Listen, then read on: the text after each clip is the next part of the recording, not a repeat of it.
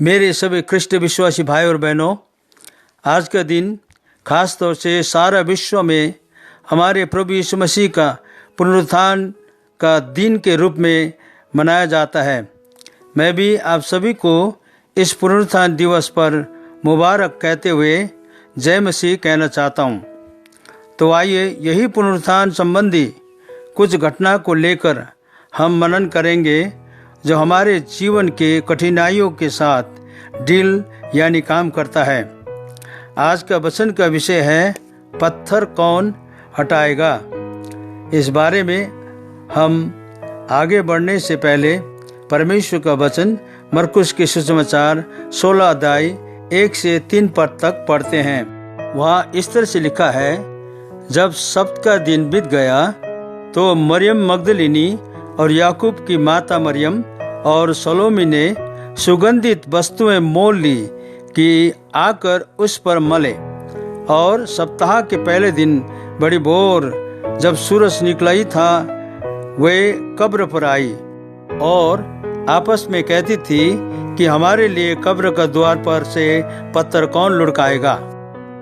कुछ बहनें यीशु की लाश पर कुछ सुगंधित वस्तुएं मलने के लिए इतवार को सुबह सुबह निकल पड़ी और रास्ते में बातें करती जाती है कि यीशु की कब्र पर बड़ा पत्थर रखा हुआ है, उसको कौन हटाएगा।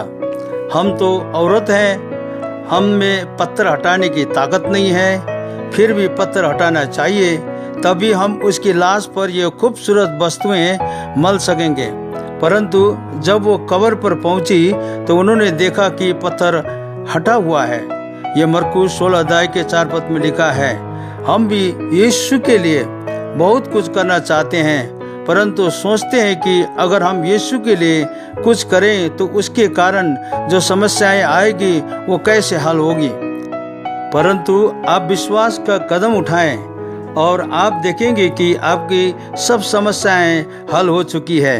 आने वाले दिनों में जो मुसीबतें आपको आती हुई दिखाई दे रही है वो हकीकत में है ही नहीं, इसलिए उनके बारे में न सोचें और न उनका वर्णन करने में अपना समय बिगाड़ें। यह शैतान का काम है कि भविष्य की चिंताओं में आपको डुबोकर आपका आज का अच्छा समय बर्बाद करें। कब्र पर के पत्थर को स्वर्गदूत ने हटा दिया था। मत्ती 28 अध्याय के 2 पद में पढ़ेंगे तो ये स्पष्ट होता है। आज भी स्वर्गदूत काम करते हैं, वो हमारी सेवा के लिए परमेश्वर ने बनाए हैं। इब्रानियों का 1 अध्याय के 13 और 14 में भी इस प्रकार से परमेश्वर का वचन जो हमारे लिए सेवा करने के लिए परमेश्वर ने स्वर्गदूत को खटाया है। अगर आपका कोई काम इंसान नहीं कर पाएगा तो स्वर्गदूत करेंगे। हमको तो रोज रोज प्रभु में आनंद मनाना है, जैसे कि फिलिपियों के 4:4 में लिखा है कि हमें इस प्रकार के आनंद सदा मनाते रहना है। अगर आप ये काम रोज रोज करते रहेंगे तो परमेश्वर आपके भविष्य के सारे पत्थर हटा देगा। वो कैसे हटाएगा ये वही जानता है।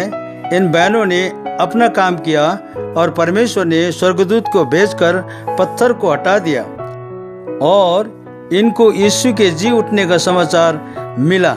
वो खुशबूदार चीजें यीशु के लाश पर उन्होंने नहीं मली क्योंकि वो जिंदा हो गया था।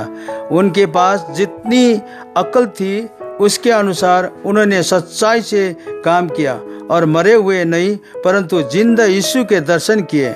आप भी आने वाली रुकावटों पर ध्यान न दें। जितना ज्ञान आपको उसके अनुसार यीशु के पीछे चले। रुकावटों की चर्चा में अपना समय न बिगाड़े क्योंकि सारी बाधाएं दूर हो चुकी हैं। सब पत्थर हट चुके हैं।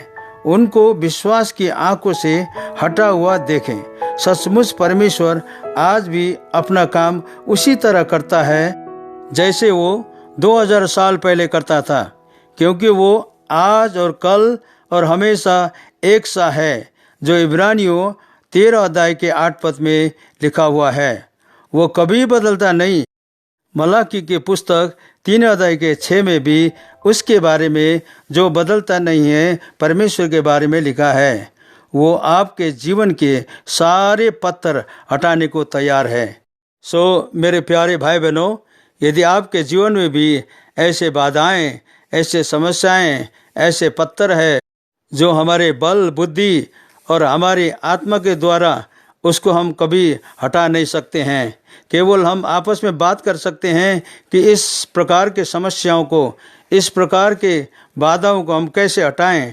लेकिन यदि हम प्रभु पर विश्वास करते हैं तो प्रभु को हम कहते हैं, हमारे मन की बातों को परमेश्वर जानता है, तो आप प्रभु पर भरोसा करें और उसकी सहायता को आप मांगें। वो परमेश्वर आपकी ज़िंदगी को आशीष और खुशी और आनंद में परिवर्तन करा सकता है, क्योंकि आपकी समस्याएं हैं जो परमेश्वर के लिए कुछ भी नहीं है। आपके लिए एक बड़ा पत्थर हो सकता है, लेकिन परमेश्वर अपने स्वर्गदूत को भेजकर आपको मदद करने के लिए हमेशा तत्पर है। इसलिए प्यारे भाई बहनों, आप निराश मत होइएगा, दुखी मत होइएगा और एक ही जगह मत रहिएगा, लेकिन आप यीशु मसीह पर विश्वास करें जो पुनरुत्थान और जीवन है, जो आपको परमेश्वर की ओर से, उसके खजाना से, जो परमेश्वर का वचन है, उसके द्वारा आपके जीवन में परिवर्तन लाकर खुशी और आनंद परमेश्वर दे सकता है।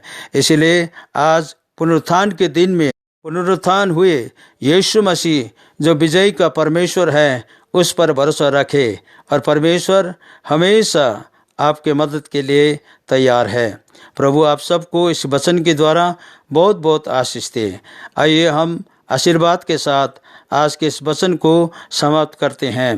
अब परमेश्वर पिता का प्रेम, हमारे प्रभु यीशु मसीह के अनुग्रह और शांति और पवित्र आत्मा के संगति संभागिता आप और हम अब सभी विश्वासियों के साथ आज से लेकर सदा सर्वदा बनी रहे। आमीन।